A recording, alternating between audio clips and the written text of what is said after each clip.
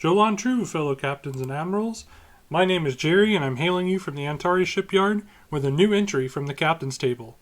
In this series, we gather around my virtual table to talk about intrigue and the possible strategies of the highlighted cards from one of the most recent releases. We dive into the interactions between these cards to look for synergies and combinations that can help elevate your game. So gather around, my fellow captains and admirals, and together we will unlock the secrets of these cards. In today's episode, we are going to be looking at the crew coming out of the Alliance Part 2 pack, the Klingon Alliance version, if you will. There are a grand total of 7 crew cards that come. Now, a little bit of a disclaimer here. While this video is Alliance flavored, it is not solely talking about Alliance. So we are looking at the Alliance cards and how they fit into the world of Attack Wing as a whole. There will be more Alliance content coming in the future that'll be Alliance focused only. But for right now, we are looking at the Alliance card, the cards that come in the Alliance pack, and how other cards from Attack Wing can fit in with them. So, these rankings are personal opinion. They are not official by any means. I will say that these rankings are very hard to do because all of these cards are good. So just because one card is ranked lower than the other doesn't really mean that I think they're bad. Just that they're just in compared to one another. I think that these are the rankings that I think are the best. Again, I would love to hear if I'm wrong or if I'm right. So please use the comment section below to continue that conversation. But let's get into the first card. So the first card in the ranking, the lowest ranked card in my opinion, in the set is Tactical Officer. 1 per ship, Klingon 2 points. When attacking, if you have a red target lock on a target ship, you may spend it as if it were a battle stations token. So again, not a terrible ability. You're losing the reroll to be spending your target lock for a battle station. So thinking about cards that kind of compare well to this, you can use Targeting Array from Alliance 2. Gives you 2 target locks that you can use. Again, multi-targeting phaser banks from the Mirror Universe side of things. Allows you to grab a second target lock, so you could have 2 target locks on 2 separate ships out there. But looking at more of what can you do for quality, you can get the old core. He adds a crew slot, but he allows you to re-roll attack dice based on the number of non-disabled crew upgrades you have on your ship. So you may not get the target lock, but you can re-roll with core and then hopefully use Tactical Officer to grab those battle stations. So what ship is this good with, or what weapon is this good with? Well, you can use these Klingon photon torpedoes where you have to have the target lock to fire, but you don't use the target lock to fire. So you have the target lock, you can fire, and then use the target lock to convert battle stations to hits. Dahar Master is another good card that this pairs well with, mainly because in the activation phase, Dahar Master allows you to do a target lock action for free. And then again, Metaphasic Sweep, you discard this card for a free target lock action. Alright, so the next card in my ranking is Helmsman. Again, 1 per ship, Klingon 2 points, execute maneuver step. If this ship performed a non-red maneuver that did not overlap any ships or obstacles, disable this card. Perform any maneuver with a speed of 1 on the ship's maneuver dial. So this card fits into a realm of cards that allow you to do extra movement. So Koloth, Waylay, Jadzia Dax, Thomas Riker, all of these ships allow you to do extra movement at different times and different points in the game. It's definitely something that pilots are going to be using, so I can see a place for Helmsman. And then I'm not sure if this works or not, but I included it just in case, because the way the card is worded, it just says perform any maneuver with a speed of 1. Doesn't change the color of that maneuver, much like Waylay or Jadzia Dax does. So if it's a green maneuver, you may be able to activate Valeris to give you a free evade action. Alright, the next card in this ranking is First Officer. Again, 1 per ship, Klingon 4 points. When attacking or defending, place 1 time token on this card, convert 1 battle station into 1 hit or 1 evade. So he could be used for an attack or for a defense. Not for both, just for one or the other. Now this combo isn't really necessary because the time token is going to clear at the end phase, but Ezri Dax would place 1 fewer on him, so you could technically run him every round. But the way his card's built, you're going to run him every round. Another couple cards to pair him with for defense would be Taral, who also converts a battle station. Riker, who gives you a defense dice and converts a battle station, or Sulu, who gives you 2 defense dice and converts a battle station into an evade. So 3 cards there that really work on the defense side of things.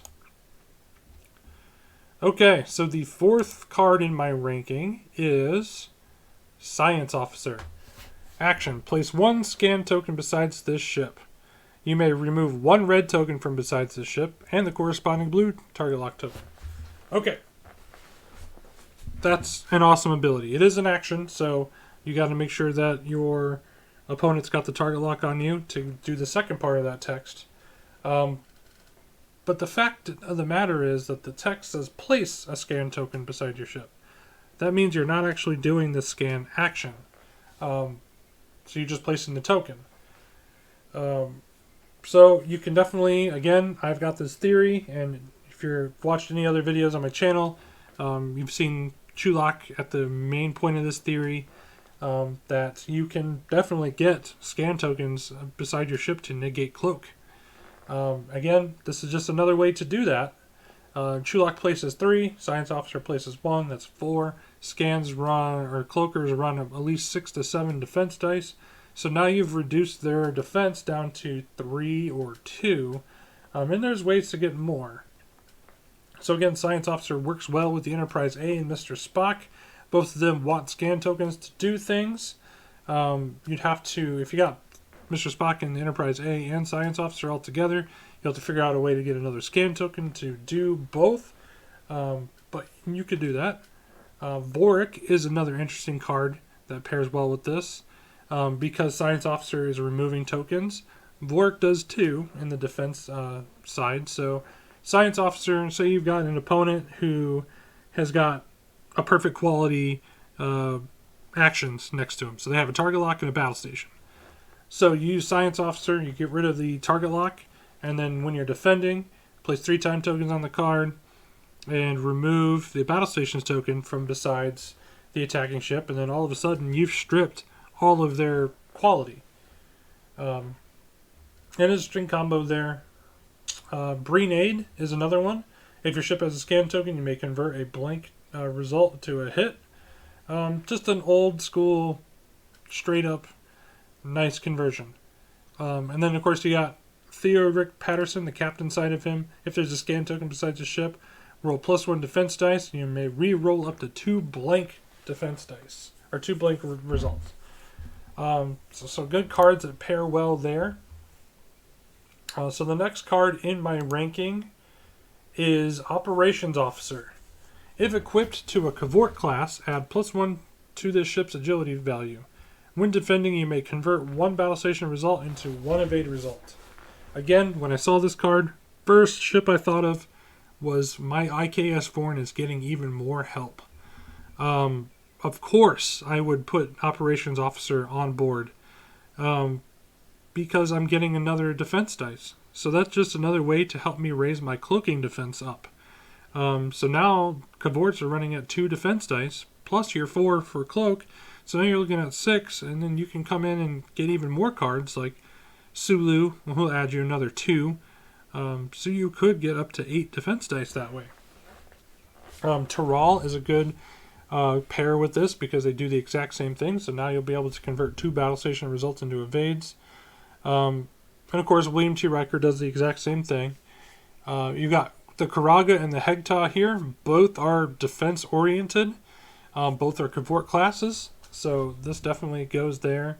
Now keep in mind it is not locked to a Cavort class. So if Operations Officer is on another ship, it's pretty much the exact same thing as Tural's Warding. Alright, next card in my ranking here is Weapons Officer. When attacking, disable this card, convert one of your battle station results into a crit result, and all of your other battle station results into hit results. Weapons Officer is Drex and Ingaran on a diet. They do the exact same thing, minus the action that's needed. However, Weapons Officer will need an action to clear that disable card, unless you pair it with some of these other cards, like Christine Chapel, who you can place a disabled token on her, or 3 time tokens to remove a disabled token, or all time tokens from a crew upgrade. Beverly Crusher, at the activation phase, you disable her to remove a disabled token. Same thing with Phlox. And then, of course, you got an oddball captain I'm throwing out here from the USS Valiant pack, Tim Waters. Add 1 crew slot up to your upgrade bar, and then remove all disabled upgrade tokens from all of your crew upgrades. Alright. The next card in my ranking is, as soon as my graphics catch up with me, it is a Federation card. Yep, we've got a Federation crew topping all of the Klingon crew in the Klingon Alliance pack. It is Engineering Officer. Perform action step. Disable this card. If this ship may perform 1 action while having an Aux power token beside it. Or while having any Aux power tokens beside it. That's even better. I misread it at first. He very much reminds me of the USS Enterprise, the tiny prize, where it can do actions off its action bar even if it has Aux power tokens. The only difference between the two is Engineering Officer disables. But there are ways around it. Christine Chapel, Beverly Crusher, Phlox, Tim Waters. We highlighted those 4 cards in the last with Weapons Officer. However, I did forget about the EMH, the Tech Federation EMH from, I believe it was Alliance 1. Planning phase, place 2 time tokens on this card and remove a disabled token from a crew upgrade equipped to this ship. So you may not get to use Engineering Officer every single round, but you can use them every other. EMH definitely helps you there. So that is all of my rankings. Here they are in totality. Please, in the comment section, tell me what you think. What are your rankings? Did I get anything wrong? Did I get anything right? Did I miss a card that may be a good interaction between these? Let's continue the conversation in the comments section below. If you liked the video, make sure you hit the thumbs up button. That tells me that you like this content and I can produce more of it.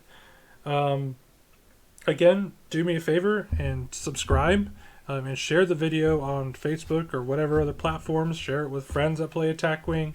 Let's help grow the channel and let's reach for the stars. So thank you all and live long and prosper.